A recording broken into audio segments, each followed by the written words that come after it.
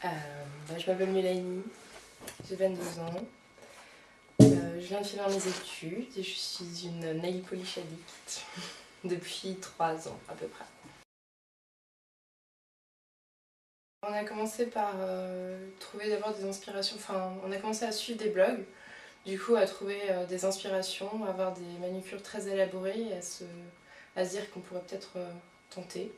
Du coup, comme on commençait à avoir quelques couleurs, de quoi faire quelque chose d'intéressant, on s'est lancé d'abord dans les triangles, donc avec la technique du scotch, qui est du coup de faire une première couche de vernis, d'attendre que ça sèche, de poser du scotch pour délimiter donc un triangle sur le bout de l'ongle et de remplir du coup avec une autre couleur. Et après, on commençait à acheter du matériel pour faire des manucures plus élaborées, donc avec du stamping, donc des plaques avec le petit tampon ou le stripe. Juste là. C'est des petites bandes, c'est du scotch en fait très fin qui permet ou de délimiter pour faire des formes et après l'enlever ou alors juste le poser sur l'ongle pour donner un truc en plus à la manucure. Alors les blogs que j'ai le plus suivis, c'est Pchit parce que c'est la référence aujourd'hui en France du nail art. Elle est reconnue par tout le monde, elle est dans tous les magazines.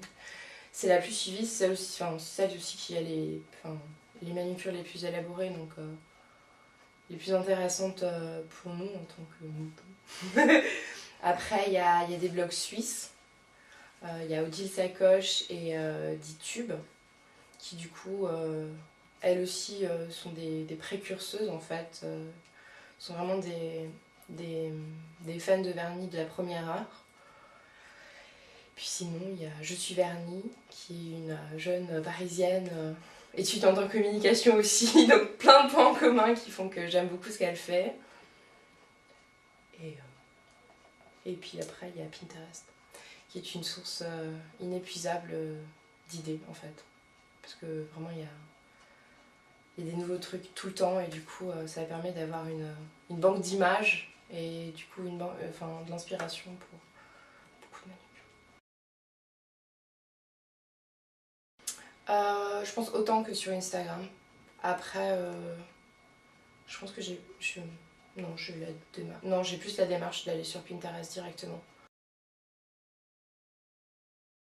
Pour la facilité, parce que du coup je garde les photos sur l'ordi, du coup j'y vais directement et sur Instagram je fais la recherche du coup par hashtag sur le téléphone, mais je garde pas forcément les images.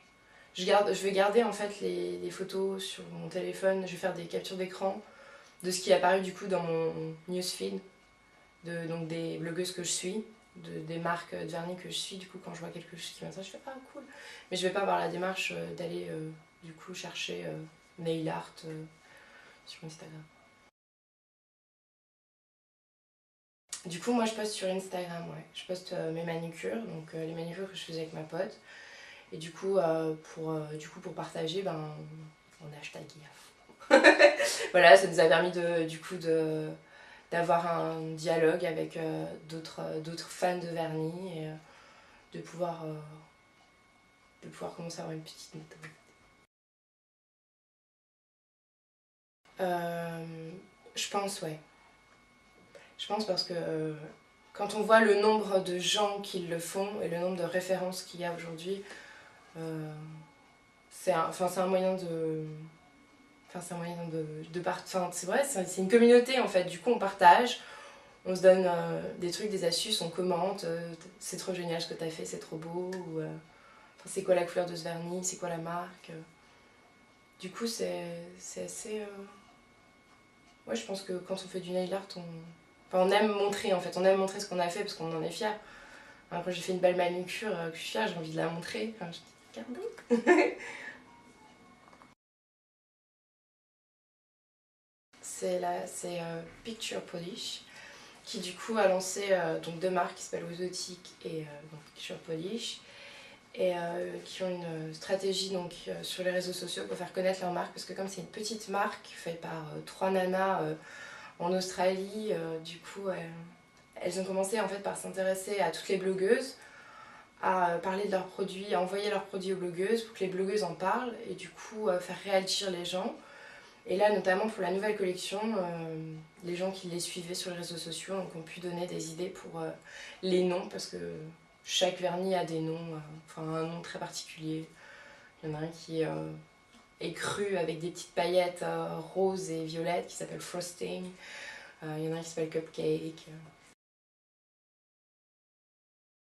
Alors c'était un projet. Pendant très longtemps, ça a été un projet du coup avec l'amie avec qui je faisais du nail art et on n'a jamais trouvé le temps. Disons qu'en fait, il y a énormément aujourd'hui de blogs sur le nail art et du coup, on n'avait pas envie de faire un blog pour montrer ce qu'on fait. Voilà, pour faire comme tout le monde, enfin pas comme tout le monde, mais pour reprendre ce qu'elles faisaient elles déjà, alors qu'elles ont une place voilà, dans la communauté.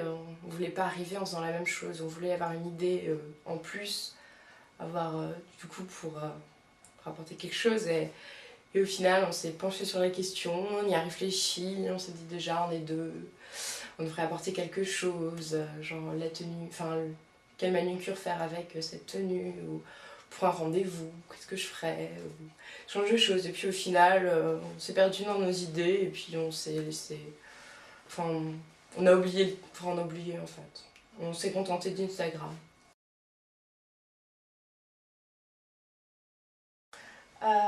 Je pense que c'est une communauté qui n'est pas si jeune que ça. Parce qu'au final, on a toutes entre 20 et 30 ans à peu près. Et ouais. On est toutes, on a toutes des boulots. En fait, on a toutes, enfin, pour la plupart, elles font, enfin, c'est vraiment une passion. Du coup, les gens font ça en plus. C'est la grande question. Personne ne sait. On ne sait pas s'il y a des garçons qui font du nail art. Pchit, du coup, pose souvent la question sur son blog, à savoir est-ce qu'il y a des garçons qui me suivent. Mais du coup, on ne sait pas.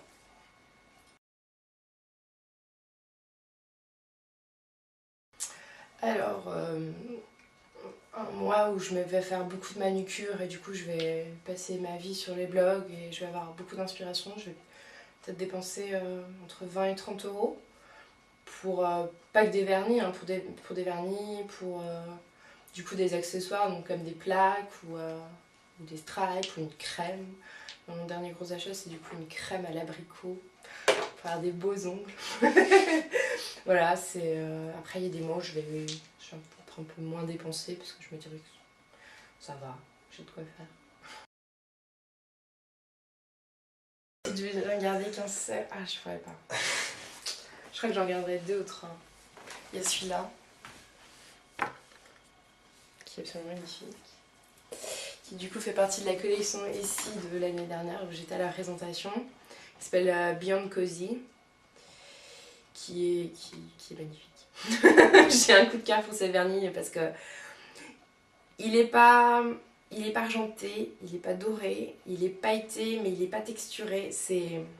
En fait c'est un mélange de plein de choses et du coup il est canon, il est vraiment canon celui-là. Et je pense celui-là aussi parce que du coup il change de couleur.